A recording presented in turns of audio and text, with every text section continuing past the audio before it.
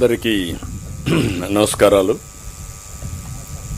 ముఖ్యంగా వెలుగొండ ప్రాజెక్టు వల్ల నష్టపోతున్న రైతులందరికీ కూడా మళ్ళీ పునరావాసం కల్పించడానికి మనం ఈరోజు ఈ కార్యక్రమాన్ని ఏర్పాటు చేసుకున్నాం.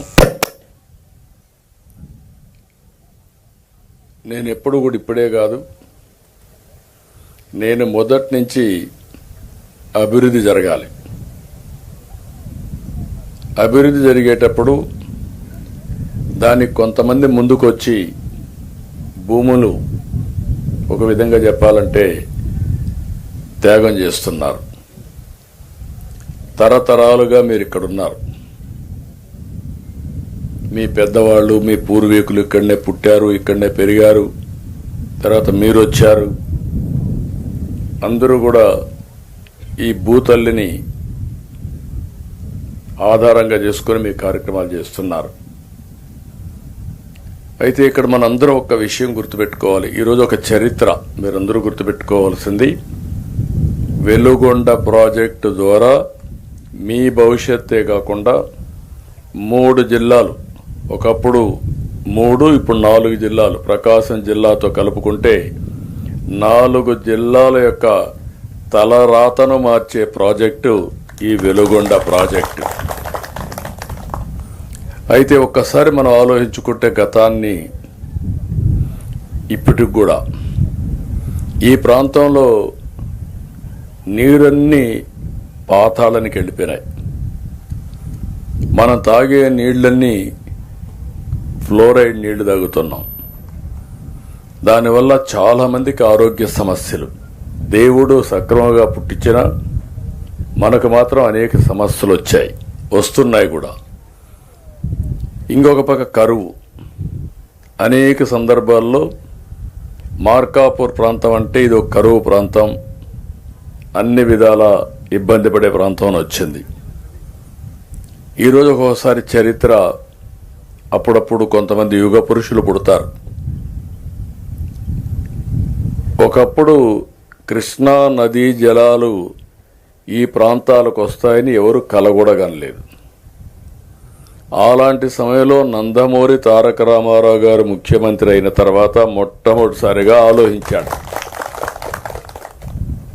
ఆలోచించి రాయలసీమకు కృష్ణా జలాలు ఎట్లివ్వాలి, ఈ మార్కాపూర్ ప్రాంతానికి కూడా నీళ్లు ఎట్లివ్వాలని ఆలోచించినటువంటి మొదటి వ్యక్తి నందమూరి తారక రామారావు గారు 1985లో. దానికి శివరామకృష్ణయ్య గారిని ఒక ఇంజనీర్ని ఆ రోజు అపాయింట్ చేశారు. ఆయన రాష్ట్రం అంతా తిరిగి, అన్ని ప్రాంతాలు తిరిగి ఎక్కడెక్కడ నీళ్లు రావాలనో, ఏ విధంగా వస్తుందో, అప్పుడే వెలుగొండ ప్రాజెక్టు ఒకటి వస్తే బాగుంటుందని ఒక ఆలోచన చేసి ఒక రూపకల్పన చేశారు. నేను 95లో ముఖ్యమంత్రి అయ్యాను. నేను ఈ ప్రాంతానికి వస్తే మీరందరూ ఒకటే మాట అడిగేవాళ్ళు, మాకు వెలుగొండ కావాలి, వెలుగొండ కావాలని. నేను ఆ రోజు మిమ్మల్ని అడిగాను, వెలుగొండ ఎట్లొస్తుంది, నీళ్లు ఎక్కడున్నాయి, మనకు లేవు కదా, లేనప్పుడు ఎట్లొస్తుందంటే మీరు ఒక మాట చెప్పారు, 5 సంవత్సరాల్లో ఎప్పుడైనా వరద వస్తే ఆ ఒక్క సంవత్సరం నీళ్లు మాకు మళ్ళించండి, 4 ఏళ్లు మేము బతకతాం, లేకపోతే ఈ ప్రాంతంలో బతకలేమని మీరు అడిగితే, ఆ మాట చెప్పంగానే నా మనసు కలిచివేసింది. అందుకే ఆ రోజే నిర్ణయం చేశా. 96లో ఆ రోజు మార్చి 26వ తారీఖు అనుకుంటా నేను ఫౌండేషన్ వేసా. అక్కడి నుంచి కొన్ని పనులు కూడా చేశానని చెప్తాను. అదే సమయంలో ఈరోజు మీరు ఆలోచిస్తే ప్రాజెక్టుకి 10,580 కోట్లు ఖర్చు అవుతుంది ఇప్పుడు లెక్కల ప్రకారం. ఇప్పటికే 6,736 కోట్లు మనం ఖర్చు పెట్టాం. ఇంకా 3,844 కోట్లు ఖర్చు పెట్టాలి. నిన్న మొన్నే మనం 759 కోట్లు ఖర్చు పెట్టాం. ఈరోజు 900 కోట్లు రైతులకు, పేదవాళ్లకి పునరావాసం చేయడానికి, R&R ఇవ్వడానికి శాంక్షన్ చేయడమే కాకుండా ఒకేసారి 300 కోట్లు ఈరోజు రిలీజ్ చేస్తున్నాం. సాయంత్రానికి మీ బ్యాంక్ అకౌంట్కి వస్తుంది. అకౌంట్కి వెళ్ళిపోయిందా? ఓకే, ఈరోజు రేపు ఆర్బీఐ హాలిడే అంట. డబ్బులు మీ అకౌంట్కి రిలీజ్ చేశాం. సోమవారం మీరు వెళ్ళి మీ అకౌంట్లో డబ్బులు తీసుకునే అవకాశం కూడా ఉంటుంది. ఉండడం కాదు, 100% మీ అకౌంట్లో సోమవారం డబ్బులు ఉంటుంది. దాన్ని బట్టి మీరు ప్లాన్ చేసుకోవచ్చు. ఈరోజు మనం చూస్తే చాలా ఆర్థిక ఇబ్బందులు ఉన్నాయి. రాష్ట్రం విధ్వంసం అయింది. రాష్ట్రం యొక్క మొరేల్ ఆఫీసర్స్ పనిచేయడానికి కూడా ఇష్టపడే పనిచేసి లేరు. ఎక్కడ చూసినా లా అండ్ ఆర్డర్ అయితే అధపాతాళానికి పోయింది. నాకే ఆశ్చర్యం వేస్తుంది. నేను చాలా సవాళ్లు చూశాను. ఒకప్పుడు తీవ్రవాదులు, నా కోసం నేను చేయలే, ఈ రాష్ట్రం కోసం ఆలోచించా. ఆ రోజు హైదరాబాద్ చుట్టుపక్కల వచ్చేస్తే అభివృద్ధి ఆగిపోతుందని నేను ఆ రోజు నక్సలిజం అనేది కరెక్ట్ కాదని గట్టిగా చెప్పి పోరాడాను. కడాన నా ప్రాణం మీదకి వస్తే కూడా లెక్క పెట్టుకోవాలా. మీరు ఆ విషయం గుర్తుపెట్టుకోవాలి. సాక్షాత్తు వెంకటేశ్వర స్వామి 23 క్లేమోర్ మైన్స్ నా మీద బ్లాస్ట్ చేస్తే నన్ను కాపాడి ప్రాణభిక్ష పెట్టింది వెంకటేశ్వర స్వామి పెట్టాడు. ఆ విధంగా బయటపడ్డాను.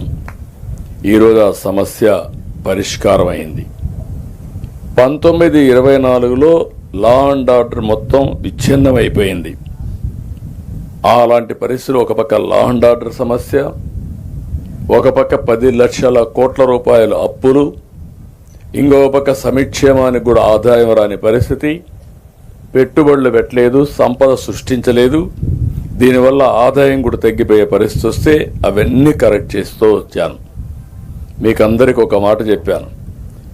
ఎన్ని కష్టాలున్నా సంక్షేమం, అభివృద్ధి, సుపరిపాలన ద్వారా మీకు న్యాయం చేస్తానని చెప్పి దానికి కట్టుబడి ఈ 2 ఏళ్లు పనిచేసాం. 3844 కోట్ల రూపాయలు ఈరోజు మనం ఖర్చు పెట్టాలి. 759 కోట్లు ఖర్చు పెట్టాం. ఇంకొక పక్కన మీరు ఒకసారి చూస్తే ఫేజ్ 1 1938 కోట్లు అవుతుంది. ఫేజ్ 2 1906 కోట్లు అవుతుంది. ఈరోజు నేను వచ్చింది కూడా ఇప్పుడు రెండోసారి వచ్చాను. మా రామానాయుడు అయితే ఇక్కడే ఉంటాడు. ఒకసారి అనుకుంటే ఇంకా ఎన్నికబోడు. మొన్న మీరు చూశారు, పుట్టినరోజు కూడా ఇక్కడే చేసుకున్నాడు. ఆ యొక్క టన్నల్లోకి వెళ్ళాడు. అక్కడ భయంకరమైన పరిస్థితులున్నా అక్కడే ఉండి నాయకత్వాన్ని ఇచ్చిన నాయకుడు నిమ్మల రామానాయుడు గారు. ఇది కానీ మనం చేయగలిగితే ఇప్పుడు ఏమవుతుందంటే దీని మీద మళ్ళీ నెక్స్ట్ ఇయర్కి 2027కి మిగిలిన వర్కులు కూడా పూర్తి చేస్తాం. ఇక్కడ మీరు ఒక విషయం గుర్తుపెట్టుకోవాల్సింది ఏంటంటే, ఇలాంటి సందర్భంలో నేను మిమ్మల్ని అందరినీ ఒకటే కోరుతున్నా. ఎవరైతే ఈరోజు త్యాగాలు చేశారో మీ త్యాగాలు ఊరికే పోవు. దానివల్ల ఈ ప్రాంతం అభివృద్ధి అవుతుంది. మీ జీవితాలు కూడా అందరితో సమానంగా, అందరికంటే మెరుగ్గా ఉంటాయని మీ అందరికి హామీ ఇస్తున్నా. అందుకని ఈరోజు మాత్రం 2351 మంది నిర్వాసితుల కుటుంబాలకు 300 కోట్ల రూపాయలు జమ చేస్తున్నాం. కలనూతల, సుంకేసుల, చింతల ముడిపి, గుడుంచెర్ల, కాటంరాజు తాండా, సాయిరాం నగర్, మెట్టిగొంది, బసవాయపల్లి, లక్ష్మీపురం, అక్క చెరువు, గొట్టెపాడు మొత్తం 1100 గ్రామాల నిర్వాసితులకి మీ అకౌంట్లో డబ్బులు వేస్తున్నామని మీ అందరికి హామీ ఇస్తున్నా. అదే మరిగా మీ అందరికి చూస్తే ఇక్కడి నుంచి వెళ్లే వాళ్ళందరికీ ఇడుపూరు 1, ఇడుపూరు 2, గోగుల దిన్నె, తొక్కపల్లి, దేవరాజుగట్టు, ఒండుట్ల, వేములకోట్ల పునరావాసం కల్పిస్తున్నాం. ఇప్పుడే కలెక్టర్ గారు చెప్తున్నారు, కలెక్టరేట్ పక్కన మీకు ఇచ్చిన జాగాలో ఈరోజు కలెక్టరేట్ వస్తూ ఉంది. మీరు అవి ఒక కాలనీ అంటే ఇది అరుదైన అనుభవం. మీరెవరు కూడా ఊహించుండరు. ఓసారి కలెక్టరేట్ వస్తుందని, జిల్లా కేంద్రం అవుతుందని మీరు ఊహించలేదు. మీకు అన్యాయం జరిగింది. జరిగిన అన్యాయాన్ని న్యాయం చేస్తానని చెప్పి ప్రత్యేకంగా మార్కాపురికి ఒక ప్రత్యేక జిల్లా ఇచ్చాం. ఆఫీసు లేదు. ఇప్పుడు ఆఫీసు మీకు ఇచ్చిన పునరావాస కేంద్రంలోనే మీ కాలనీలో జిల్లా కలెక్టరేట్ వస్తా ఉందంటే అది ఒక టౌన్షిప్ డెవలప్ అయ్యే అవకాశం వస్తుంది. భవిష్యత్తులో మీరు గుర్తుపెట్టుకోవాలి, ఒక ఆదర్శ కాలనీగా మీకు వచ్చే పరిస్థితి వస్తుంది. ఇంకొక పక్కన ఇప్పటికే ఇడుపూర్లో 1లో కానీ ఇడుపూర్లో 2లో కానీ గోగుల దిన్న, తొక్కపల్లి రోడ్లు, డ్రైనేజ్, డ్రింకింగ్ వాటర్, విద్యుత్ అన్నీ కూడా పూర్తి చేశాం. మీరు ఒక విషయం మీరు గుర్తుపెట్టుకోవాలి, మీ త్యాగం 4,47,000 ఎకరాలకు నీరు లభిస్తుంది. పారిశ్రామిక అవసరాలకు నీళ్లు వస్తుంది. 1,657 గ్రామాలతో సహా 23 లక్షల మందికి మీ పేరు చెప్పి నీళ్లు తాగే పరిస్థితి వస్తుందంటే అది మీకు ఒక తృప్తి. అందుకే 43.50 టీఎంసీ నీళ్లు ఇక్కడ తీసుకొస్తాం. పోల సుబ్బయ్య వెలుగొండ ప్రాజెక్టులో నల్లమల సాగర్ మీరు చూస్తే ఇక్కడి నుంచి నాకు ఇప్పుడు కూడా చూసి వచ్చాను, శ్రీశైలం కూడా చూసి వచ్చాను. ఇంకా వర్షాలు పడలేదు. ఈసారి ఎల్లో ఫ్యాక్టరీ కూడా ఉంది. కానీ ఎప్పుడు నీళ్లు వస్తాయో జూలై 31 కంతా పనులన్నీ పూర్తి చేసి మళ్ళీ చెప్తున్నా, ఫేజ్ 1 ఎట్టి పరిస్థితుల్లో కూడా నీళ్లు తీసుకొచ్చి మీలో ఒక నమ్మకాన్ని కల్పించడానికి అన్ని విధాలా పనిచేస్తాం. ఇవి కూడా మీరు ఒకసారి చూస్తే తీగలేరు కాలువ 62,000 ఎకరాలు, గొట్టిపడియ కాలువ 9,500 ఎకరాలు, తూర్పు ప్రధాన కాలువ 3,70,000 ఎకరాలు, మొత్తం కలిస్తే 4,43,300 ఎకరాలు. ఇవి కాకుండా గుడ్ల బల్లేశ్వరం, రాళ్లవాగు రిజర్వాయర్ నుంచి ఒక 5,000 ఎకరాల నీళ్లు వస్తాయి. ఫేజ్ 1 నేను ముందే చెప్పాను, 1,19,000 ఎకరాలకు నీళ్లు, 4 లక్షల మందికి త్రాగునీరు. ఫేజ్ 2లో 3,28,300 ఎకరాలకు సాగునీరు, 11,25,000 మందికి త్రాగునీరు వచ్చే అవకాశం వస్తుంది. ఇది ఒక చరిత్ర. ఈరోజు నేను ఆ రోజు చెప్పడం కాదు, 98-96లో ఫౌండేషన్ వేశాను. 98లో మొట్టమొదటిసారిగా నల్లమల సాగర్ రిజర్వాయర్లోని సుంకేసుల, గొట్టిపడియ డ్యాములకి 180 కోట్ల రూపాయలు శాంక్షన్ చేసి అడ్మినిస్ట్రేటివ్ శాంక్షన్ ఇచ్చింది అప్పుడే ఇచ్చాం. సుంకేసుల గ్యాప్ పనులకి 98లోనే ప్రారంభించాం.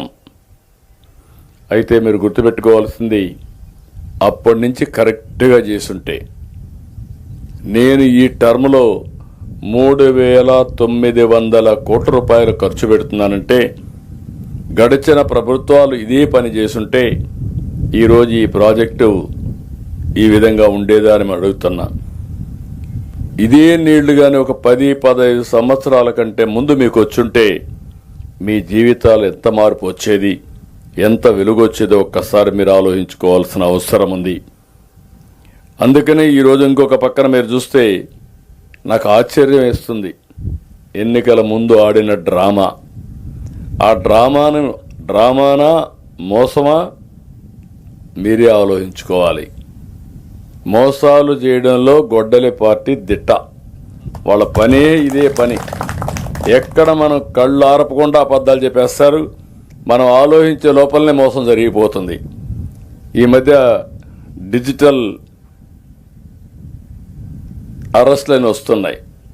మనం ఇంట్లో కూర్చొని పెట్టేసి మన మీద ఈడీ వస్తూ ఉంది, సిబిఐ వస్తూ ఉంది, నువ్వు 20 లక్షలు కట్టాలి, 50 లక్షలు కట్టాలంటే, కోట్లు కట్టాలంటే మాట్లాడకుండా సంతకాలు పెట్టేస్తున్నారు.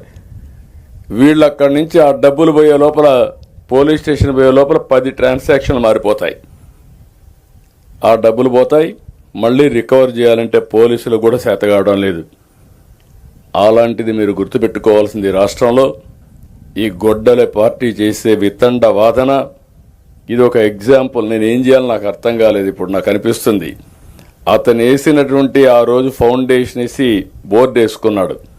దాన్ని శాశ్వతంగా ఒక బ్రహ్మాండమైన నిధి కట్టి మ్యూజియంలో పెట్టి మోసాలు చేయడం అంటే ఈ మార్గ చేయడం కాదని ఒక రాజకీయ పార్టీకి బుద్ధి చెప్పాల్సిన అవసరం ఉంది మనందరిపైన.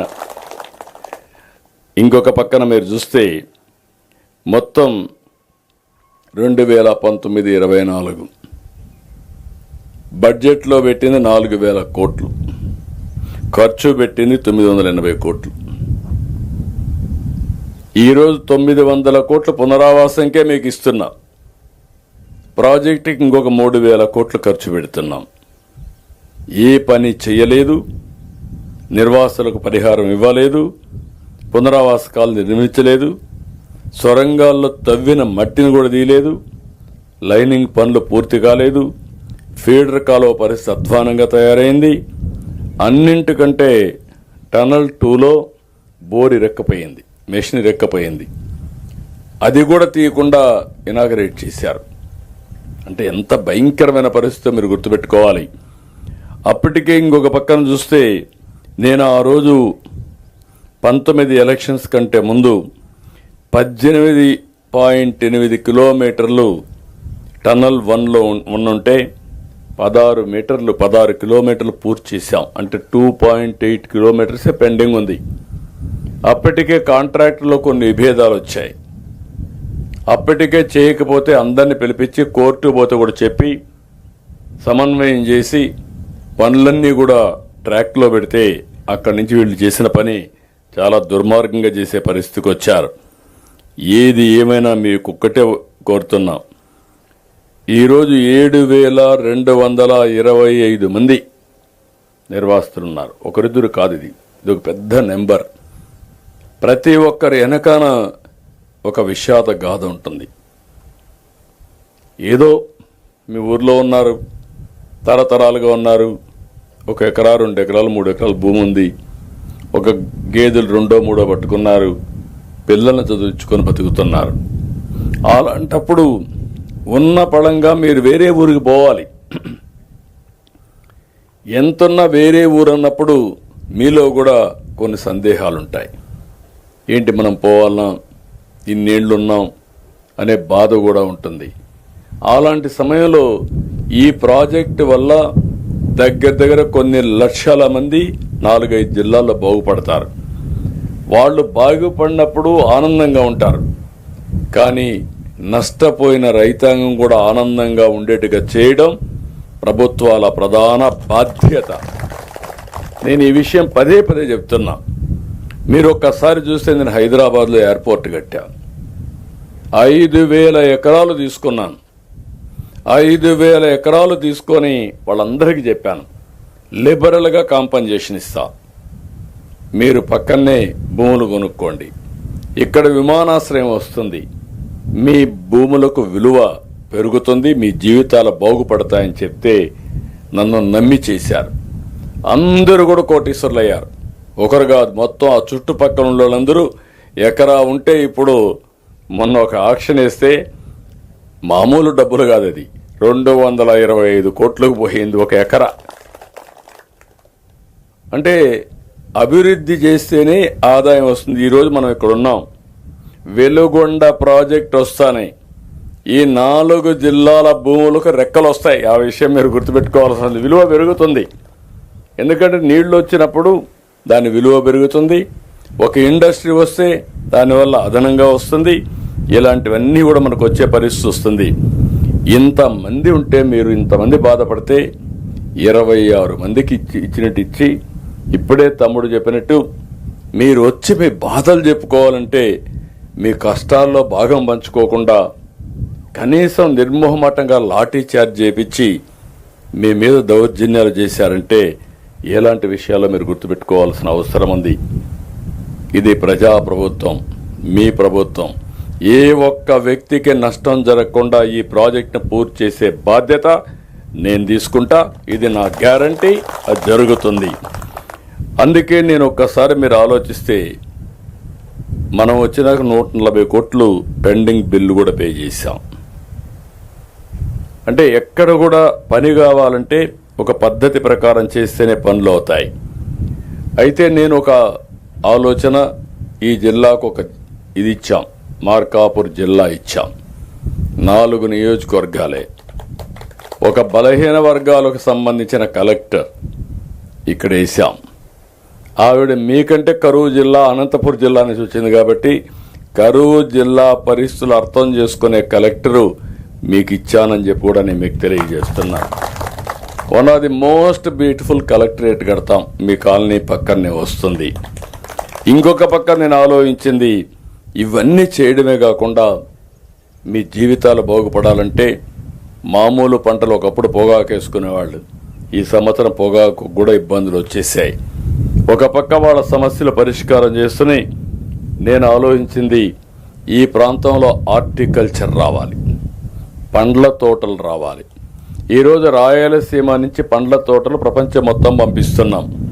నేను అందుకనే మార్కాపూర్ జిల్లాను కూడా ఆ ప్రాజెక్టులో ఇంక్లూడ్ చేసి మొత్తం కలిసి 1,00,000 కోట్ల రూపాయలు ఖర్చు పెట్టబోతున్నాం. 40,000 కోట్ల రూపాయలు ప్రభుత్వం ఖర్చు పెడుతుంది, 60,000 కోట్ల రూపాయలు ప్రైవేట్ ఇన్వెస్ట్మెంట్ వస్తుంది. ఇప్పుడే తమ్ముడు చెప్పి అడిగినట్టు ఉద్యోగాలు, అగ్రో ఫుడ్ ప్రాసెసింగ్ వస్తాయి. వచ్చినప్పుడు మన పిల్లలకు ఉద్యోగాలు వస్తాయి. రైతులు ఎఫ్పిఓలు పెట్టుకుంటే మీరే కూరగాయలు కానీ పళ్ళు కానీ కలెక్ట్ చేసి అవన్నీ పంపించగలిగితే దానివల్ల మీ ఆదాయం పెరుగుతుంది. మీ ఊరు పక్కనే Ramayampatnam one of the best airport వస్తూ ఉంది, అది కూడా గుర్తుపెట్టుకోవాలి మీరు. మంచి పోర్ట్ వస్తుంది, ఇక్కడి నుంచే ఎగుమతులు చేసుకునే అవకాశం వస్తుంది. అదే మరి రోడ్లన్నీ బ్రహ్మాండంగా వచ్చేసాయి, రైల్వే లైన్స్ కూడా ఆలోచిస్తున్నా. ఇవన్నీ వస్తే చాలా వరకు కనెక్టివిటీ పెరుగుతుంది. ఈ కనెక్టివిటీతో ఈ ప్రాంతానికి మంచి భవిష్యత్తు వస్తుంది. ఈ విషయం మీరు గుర్తుపెట్టుకోవాలి. నేనేదో మాటల్లో చెప్పడం కాదు. ఈరోజు సంక్షేమ కార్యక్రమాలన్నీ మొన్నే మీకు అన్నదాత సుఖీభవ కార్యక్రమంలో, అన్నదాత కార్యక్రమంలో అటు కేంద్రం ఇటు రాష్ట్రం డబ్బులు వేసాం. 20,000 ఇస్తా అన్నాం, 14,000 రాష్ట్ర ప్రభుత్వం, 6,000 కేంద్ర ప్రభుత్వం. ప్రతి రైతు అకౌంట్లో 3 విడతల్లో 20,000 రూపాయలు మీ అకౌంట్లో వేసే ఏకైక ప్రభుత్వం ఇది. ఒకప్పుడు మైక్రో ఇరిగేషన్ 90% సబ్సిడీ ఇచ్చాం కరువు ప్రాంతాల్లో. ఈరోజు మళ్ళీ మైక్రో ఇరిగేషన్కి శ్రీకారం చుట్టాను. ఇరిగేషన్ ప్రాజెక్ట్స్కి ఇప్పటికే 24,000 కోట్లు ఖర్చు పెట్టాం. హంద్రీ నీవా 100 రోజుల్లోనే పూర్తి చేసి 3,000 కోట్ల రూపాయలు ఖర్చు పెట్టి కడాన చివరి ప్రాంతం కుప్పానికి కూడా నీళ్లు ఇచ్చాం. కనీసం పోలవరం ప్రాజెక్టు మనందరికీ జీవనాడి, రాష్ట్రానికే ముఖ్యమైన ప్రాజెక్టు. అలాంటి ప్రాజెక్టు 1924లో డయాఫామ్ వాల్ కొట్టుకోబోయే పరిస్థితికి వచ్చింది. దీనివల్ల మళ్ళా మనకు 440 కోట్ల రూపాయలతో ఖర్చు పెట్టి పూర్తి చేసిన ప్రాజెక్టు అదనంగా 1000 కోట్లు పెట్టి పేర్లలుగా చేసే పరిస్థితికి వచ్చాం. మీరు గుర్తుపెట్టుకోవాల్సింది, ఇది మాకెందుకు, మాకేమవుతుంది అనే ధీమాతో మీరుంటే ఒక రాజకీయ పార్టీ, ఒక ముఖ్యమంత్రి మీ జీవితాలు మార్చగలుగుతారు. మీ జీవితాలను నాశనం చేసే శక్తి కూడా వ్యక్తులకు ఉంటుంది, రాజకీయ పార్టీకి ఉంటుంది.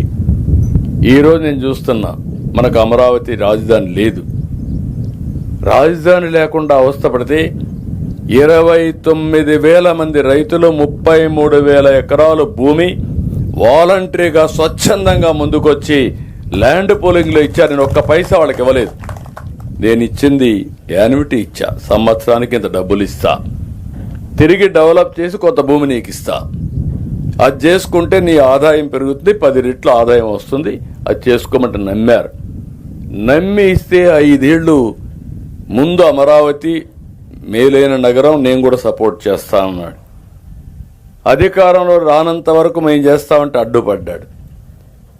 ఎప్పుడైతే మనం చేసిన తర్వాత వాళ్ళు వస్తానే అమరావతి కాదు 3 రాజధానులని 3 ముక్కలు ఆటాడి రాజధాని లేకుండా చేశాడు.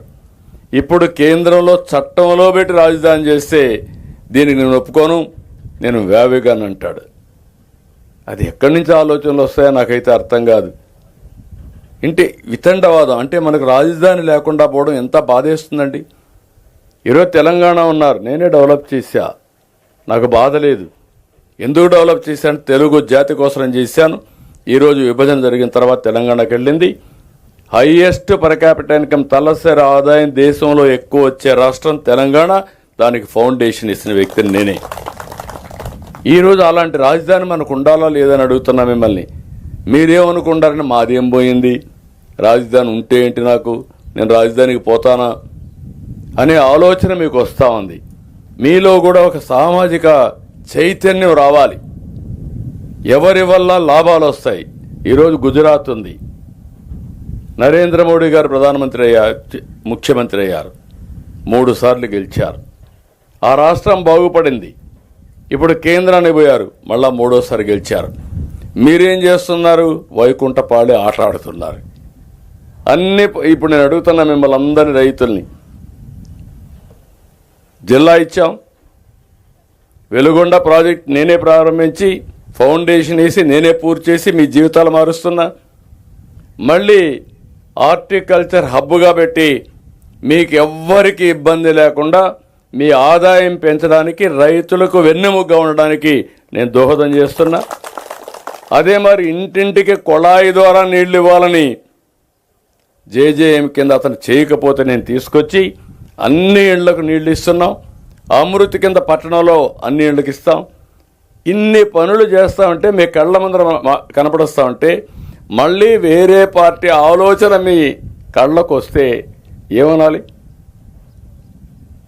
కులం, మతం, ప్రాంతం ఏదో ఇచ్చేస్తారని బెట్టింగ్ మెంటాలిటీ, ఇవి మంచివి కాదు. ఆలోచన విధానంలో స్థిరత్వం ఉండాలి. మంచి చెడులు విశ్లేషణ చేసే శక్తి మనుషులకు ఉంది. అన్ని మంచి జరిగిన నాకు ఏదొచ్చినా కూడా మళ్ళా మా కులవాడు కాబట్టి కులానికి వేద్దామంటే మనకు మంచి జరగదు. ఎప్పుడు కూడా నేను మార్కాపూర్ ఏరియాను చూసేవాడు. అది కూడా మీకు చెప్తాను, ఫ్రాంక్గా మాట్లాడేస్తున్న రైతులు ఇక్కడ ఉన్నారు. మార్కాపూర్ ఏరియాకు తెలుగుదేశం పార్టీ వచ్చే తర్వాతనే ఎన్ని పనులు జరగాలన్నా జరిగాయి. కానీ ఒకసారి ఓటేస్తారు, ఒకసారి ఓటేరు. మొన్న మాత్రం శ్రీకాకుళంలో ప్రారంభిస్తే మాకెక్కడ బ్రేక్ పడలా, అన్నీ గెలుచుకుంటూ వచ్చాం. బ్రేక్ ఫస్ట్ వచ్చే కొద్దికి దర్శిలో పడింది, సెకండ్ బ్రేక్ ఎర్రగొండపాలెం పడింది, మళ్ళీ బ్రేక్ రిలీజ్ అయింది. మళ్ళీ సూపర్ స్పీడ్లో రాయలసీమ వరకు వెళ్ళాం, అక్కడ ఒక 7 సీట్లు పోయినాయి. అంటే ఇక్కడ ఎందుకు బ్రేక్ పడిందని అడుగుతున్నాను నేను. మనం అందరం కూడా గుర్తుపెట్టుకోవాల్సింది, ఇవన్నీ చేసిన నేనేంటంటే అందరికంటే 30 ఏళ్ల ముందు ఏం జరుగుతుందో దాన్ని ఆలోచిస్తూ ఉంటా. నిన్న మాకు ఏదైతే తుంగభద్ర డ్యామ్ గేట్లు కొట్టుకొని పోయింది, నేనే మన మంత్రులు పంపించాను, రామానాయుడిని, కేశవ్ని పంపించాం, మన దగ్గరనే కన్నయ్య నాయుడు ఒక ఎక్స్పర్ట్, ఆయన్ని కూడా పంపించాం. వాళ్ళు ఆశ ఎదుర్కొంటే మన వాళ్ళు పోయి ఆ ప్రభుత్వంతో మాట్లాడి ఆ గేట్ను క్లోజ్ చేయడమే కాకుండా నీళ్లు కొన్ని తగ్గించి మొత్తం సీజన్ కాపాడారు. ఈరోజు 33 గేట్లు ఆ రాష్ట్ర ప్రభుత్వంతో సహకారంతో మనం పూర్తి చేసి 33 గేట్లు కొత్త గేట్లు పెట్టి నిన్న మేము 3 ముఖ్యమంత్రులు, కేంద్ర మంత్రి ఇనాగరేట్ చేశాం, జాతికి అంకితం చేశాం, తుంగభద్ర డ్యామును కాపాడాం. అప్పుడు మాకు ఒక ఆలోచన వచ్చింది.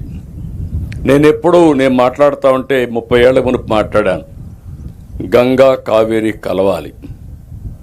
ఈరోజు మీ రోడ్లు ఉన్నాయి చూస్తుంటారు, పెద్ద పెద్ద రోడ్లు వచ్చాయి, నేషనల్ హైవేస్ అన్ని. ఒకప్పుడు రోడ్లు ఉన్నాయా పెద్దవాళ్ళు మీరు చూస్తుంటారు, ఉన్నాయా? అప్పుడు మొట్టమొదటి రోడ్డు నెల్లూరు చెన్నై పీపీపీలో బ్రహ్మాండంగా రోడ్డు వేస్తే తర్వాత అన్ని రోడ్లు ఈరోజు గోల్డెన్ క్వాడ్రిలాటరల్ రోడ్డు వచ్చి మొత్తం అనుసంధానం అయిపోయి బ్రహ్మాండంగా ముందుకు పోయే పరిస్థితికి వచ్చాం. అదే మరి ఒకప్పుడు మీకు కరెంటు ఎన్ని ఇబ్బందులు ఉండేటివి. ఈరోజు దేశంలో ఎక్కడైనా కరెంటు ఉత్పత్తి చేయొచ్చు, ఎక్కడైనా కరెంటు మనం వాడుకోవచ్చు. అంటే సింగిల్ గ్రిడ్ ఉంది. పవర్ గ్రిడ్ అనేది ఒకే గ్రిడ్ ఉండే ఏకైక దేశం భారతదేశం. అమెరికాలో కూడా లేదని చెప్పి నేను మీకు తెలియజేస్తున్నా. ఒకప్పుడు మీకు సెల్ ఫోన్ లేవు, ఫోన్ పనిచేసేది కాదు. ఆ రోజు నేను గట్టిగా మాట్లాడి ఆ రోజు సెల్ ఫోన్లు వచ్చాయి. ఈరోజు సెల్ ఫోన్ అనేది ఒక ఆయుధంగా తయారైపోయింది. మీరు ఎక్కడికి పోయే పని లేదు. నీకు ఏ పని కావాలని హాయ్ అని కొట్టి మనమిత్ర అడిగితే నీ పని చేసి తర్వాత మీకు చెప్తాం.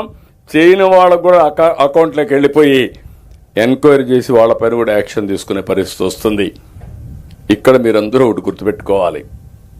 మీలో కూడా రాష్ట్రంలో ఉండే రైతాంగంలో ఒక ఆలోచన విధానం మారాలి. నేను కూడా మీ మారిగిన ఒక చిన్న గ్రామం నుంచి వచ్చా. మా ఊర్లో 40 ఇళ్లే, ఎక్కువ ఇళ్ళు కూడా లేవు, చిన్న పల్లె. ఆ రోజు మా ఊర్లో నేను గతాన్ని గుర్తు చేసుకుంటే చిన్నప్పుడు రోజులు మా ఊర్లో ఎప్పుడు వర్షాల వల్ల నీళ్లు వస్తానే ఉండేటి. కాలువల్లో వాగుల్లో నీళ్లు వచ్చేటివి, ఊట చెరువులు ఉండేటివి, ఊట కాలువలు. పైన ఎక్కడో ఊట వస్తుంది, ఒక కాలువ తీసుకొని ఆ నీళ్లు ఎత్తుకొచ్చి పొలాలకు పెట్టేవాళ్ళం. పంటకి 120 రోజులు 150 రోజులు పంట పెడితే 20 రోజులు 30 రోజులు తగ్గేది. తగ్గినప్పుడు అప్పుడు మూటలు పెట్టేవాళ్ళం, మనం కప్పిలు తీసేవాళ్ళం, ఎద్దులతో నీళ్లు తీసేవాళ్ళం కప్పిలు పెట్టి. ఆ నీళ్లు కాంపన్సేట్ చేసేవాళ్ళం. నేను చిన్నప్పుడు చదువుకున్నప్పుడు కరెంట్ వచ్చింది. కరెంట్ వస్తానే మన బావులకి మిషన్లు పెట్టాం. మిషన్లు పెడతాను అక్కడ ఆగలేదు. మాకు ఊర్లో ఒక వాగు ఉంటుంది, ఆ వాగులో నీళ్లు ఉంటాయి. అక్కడి నుంచి ఒక 2-3 కిలోమీటర్ పైప్ లైన్లు వేసి నీళ్లు తీసుకొచ్చాం. అక్కడి నుంచి ఆ నీళ్లు అయిపోయినాయి. అక్కడి నుంచి డీప్ బోర్వెల్ వేసాం. ఎన్ని అడుగులు వేశారు? 1500 అడుగులు వేశారు, 1000 అడుగులు వేశారు. పాతాళ గంగని కింద నుంచి తీసుకొచ్చారు. దాంతో ఏమైందని ఆలోచిస్తే నేను చాలాసార్లు వోల్టా యాక్ట్ తీసుకొచ్చా దీనికోసం. ఇన్ని అడుగులు కిందికి పోతే ఇక్కడ బోర్ వేయడానికి వీలు లేదని వోల్టా యాక్ట్ కూడా తీసుకొచ్చా. ఆ పరిస్థితిలో ఇప్పుడు ఎన్విరాన్మెంట్ అంతా ఇంబ్యాలెన్స్ అయిపోయింది. ఇప్పుడు ఎల్నో ఎఫెక్ట్ వచ్చింది. వర్షాలు పడడం లేదు, పడితే కుంభవృష్టి లేకపోతే అనావృష్టి. ఆ పరిస్థితికి వచ్చాం. అందుకే మనం గుర్తుపెట్టుకోవాల్సింది, సార్ నేనంతా కూడా జలధార ఒక కార్యక్రమం తీసుకొచ్చాను. ఇది మీరందరూ గుర్తుపెట్టుకోవాలి. ఈ జలధార ద్వారా ఎక్కడ పడిన వర్షాన్ని అక్కడే భూగర్భ జలాలుగా మార్చాలి. మీకందరికీ నన్ను చూస్తే చాలామంది ఎగతాళి కూడా చేశారు. నేను మాత్రం పట్టుదల పెట్టలేదు. నేను మొట్టమొదటి నుంచి కూడా ఒక మాట మాట్లాడేవాడిని. పంట కుంటలు దువ్విచ్చా. మీ పొలంలోనే ఒక చిన్న కుంట దువ్వి పడిన నీళ్లన్నీ అక్కడనే పెట్టేస్తే భూగర్భ జలాలు పెరుగుతాయని చెక్ డ్యాములు కట్టాం. అడవుల్లో కంట్రోల్ ట్రెంచెస్ కొట్టించాం. అక్కడి నుంచి ఊట చెరువులు దువ్వాం. అనేక ప్రయోగాలు చేశాం. అన్నా హజారే, రాజేంద్ర పవార్ వీళ్ళందరినీ పిలిపించాను. ఈరోజు మళ్ళీ జలధార ద్వారా మీ గ్రామాల్లో మీరు పనులు చేసుకొని ప్రభుత్వం డబ్బులు ఇస్తాం కానీ భాగస్వామి మీద ఉండాలి. తద్వారా 3 అడుగులు 6 అడుగుల్లో నీళ్లుండాలి. వర్షాకాలం కంటే ముందు 6 అడుగులు, వర్షాకాలం తర్వాత 3 అడుగులు ఉండాలి, 3 మీటర్ల ఉండాలి. ఇది 3 మీటర్ల నీళ్లు మనం వాడుకుంటే జీవితాలు బాగుపడతాయి. చాలాసార్లు చెప్పాను రైతులకి, మీ ఇంటి దగ్గర మీ పొలంలో పంప్ సెట్ ఉంది, నేనే పెట్టిస్తాను సోలార్, వాడుకొని మిగిలిన కరెంటు గ్రిడ్కి ఇవ్వండి. మీకు అదనంగా కరెంటు ఉంటే ఆ కరెంటు కూడా మీరు తీసుకొని మీ ఇంటికి వాడుకోండి. మీ వాహనాలకు ఛార్జ్ చేసుకోండి. కరెంటు ఛార్జీలు కూడా తగ్గుతాయి. నిన్న మేము ఆలోచించింది, మొట్టమొదటిసారిగా 3 రాష్ట్రాల ముఖ్యమంత్రులు కేంద్రం కూర్చొని జల వివాదాలకు స్వస్తి పలకాలని, అవసరమైతే నదుల అనుసంధానం కూడా చేయాలని నేను పెట్టిన ప్రపోజల్ అయితే నేరుగా పోలవరం మీరందరూ గుర్తుపెట్టుకోవాలి, మార్చి 2027 లోపల పోలవరాన్ని పూర్తి చేసి జాతికి అంకితం చేస్తాం. ఆ ప్రాజెక్ట్ వస్తే ఆ నీళ్లు కృష్ణాకు వస్తాయి, ఆటోమేటిక్గా వస్తాయి. అక్కడి నుంచి నల్లమల సాగర్కు నీళ్లు తీసుకొచ్చి అవసరమైతే నల్లమల సాగర్ నుంచి లిఫ్ట్ పెట్టి శ్రీశైలానికి కానీ వేయగలిగితే అవి రాయలసీమకి వెళ్తాయి. ఇంకా శ్రీశైలం నుంచి కానీ కరెక్ట్గా తీసుకుపోతే ఆ నీళ్లు నేరుగా సోమశిలకు వచ్చి కందలేరిగిపోయి పుండి కంటే పైన కావేరికి కూడా వెళ్ళిపోతుంది. అంటే ఈరోజు ఈ ప్రాజెక్టు పూర్తయితే కృష్ణ, గోదావరి, తుంగభద్ర, వంశధార, కావేరి, పెన్న 5 నదులు, అదే మరి 4 రాష్ట్రాలు అనుసంధానమయ్యి 4 రాష్ట్రాలు బాగుపడతాయి, 5 నదులు అనుసంధానం అవుతాయి. అయితే దీంట్లో కూడా కొన్ని విషయాలు మీరు గుర్తుపెట్టుకోవాలి. అక్కడ వర్షాలు పడకపోతే మనం మునిగిపోతాం. ఎక్కడ పడిన వర్షాన్ని అక్కడ భూగర్భ జలాలుగా మార్చుకోవడం. రెండోది, ఎప్పుడు ఇబ్బంది రాకుండా, కరువు రాకుండా ఉండాలంటే ఈ నదుల అనుసంధానం చేసుకొని ముందుకు పోతే శాశ్వతంగా బాగుంటాం. ఆ పిలుపు ఈరోజు సందర్భంగా ఇవ్వాలనే ఉద్దేశంతో నేను ఇస్తున్నా. దయచేసి మళ్ళీ మార్కాపూర్ జిల్లాను అడుగుతున్నా, జిల్లా వాసులందరికీ విజ్ఞప్తి చేస్తున్నా, జిల్లాను అభివృద్ధి చేసే బాధ్యత మాది, అండగా సహకరించే బాధ్యత కూడా మీది. ఆ విషయం గుర్తుపెట్టుకోవాలి. శాశ్వతంగా మీ జీవితాల్లో వెలుగు రావాలంటే మీకు కనపడే వ్యక్తులను చూడొద్దండి, నన్ను చూడండి, పార్టీని చూడండి, ఎన్డీఏను చూడండి. బాగా చేస్తే వాళ్ళకి సహకరించండి. ఒకరిద్దరు చెడు చేసినా నేను కూడా, మీరు ఆమోదం లేకపోతే ఎవరిని కూడా నేను ఆమోదించను. నేను డెఫినెట్గా చెప్తాను, రేపు కూడా మీరు ఆమోదించిన వ్యక్తులు నేను కూడా ఆమోదించను. కానీ అక్కడక్కడ నాకు లిమిటేషన్ ఏంటంటే ఆమోదించే వ్యక్తి దొరకడం కూడా చాలా సమస్యనే. ఎందుకంటే అందరూ ఆమోదించే వ్యక్తి దొరకాలంటే రాజకీయాలు కూడా కొన్ని సమస్యలు వస్తాయి. అందరం నియంత్రణగా ఉంటాం, మీకు అందుబాటులో ఉంటాం. మీ శ్రేయస్సే మా ధ్యేయంగా మేము పనిచేస్తాం. మీలో కూడా ఒక్కొక్కరు 10 మందికి చెప్పడం, నేను చేసే పనులు మీకోసం చేసినప్పుడు మేము చేసే పనుల్ని మీరు కూడా సహకరించాల్సిన అవసరం ఉంది. దయచేసి మళ్ళీ మీ అందరికీ విజ్ఞప్తి చేస్తున్నా, భవిష్యత్తులో మీరెవ్వరూ ఆధారపడద్దండి.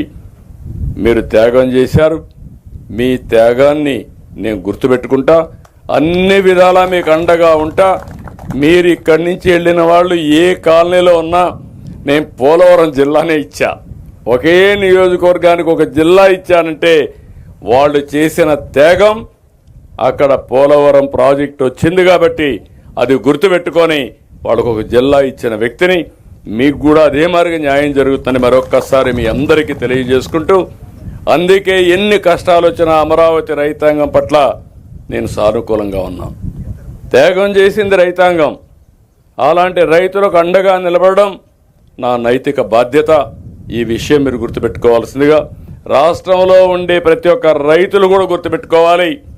వెలుగొండ రైతాంగం మీకు ఒక ఆదర్శం. మీరు కూడా ఎక్కడన్నా ఒక మంచి ప్రాజెక్టు వస్తే ఆ ప్రాజెక్టుకు సహకరించండి. మీ జీవితాలు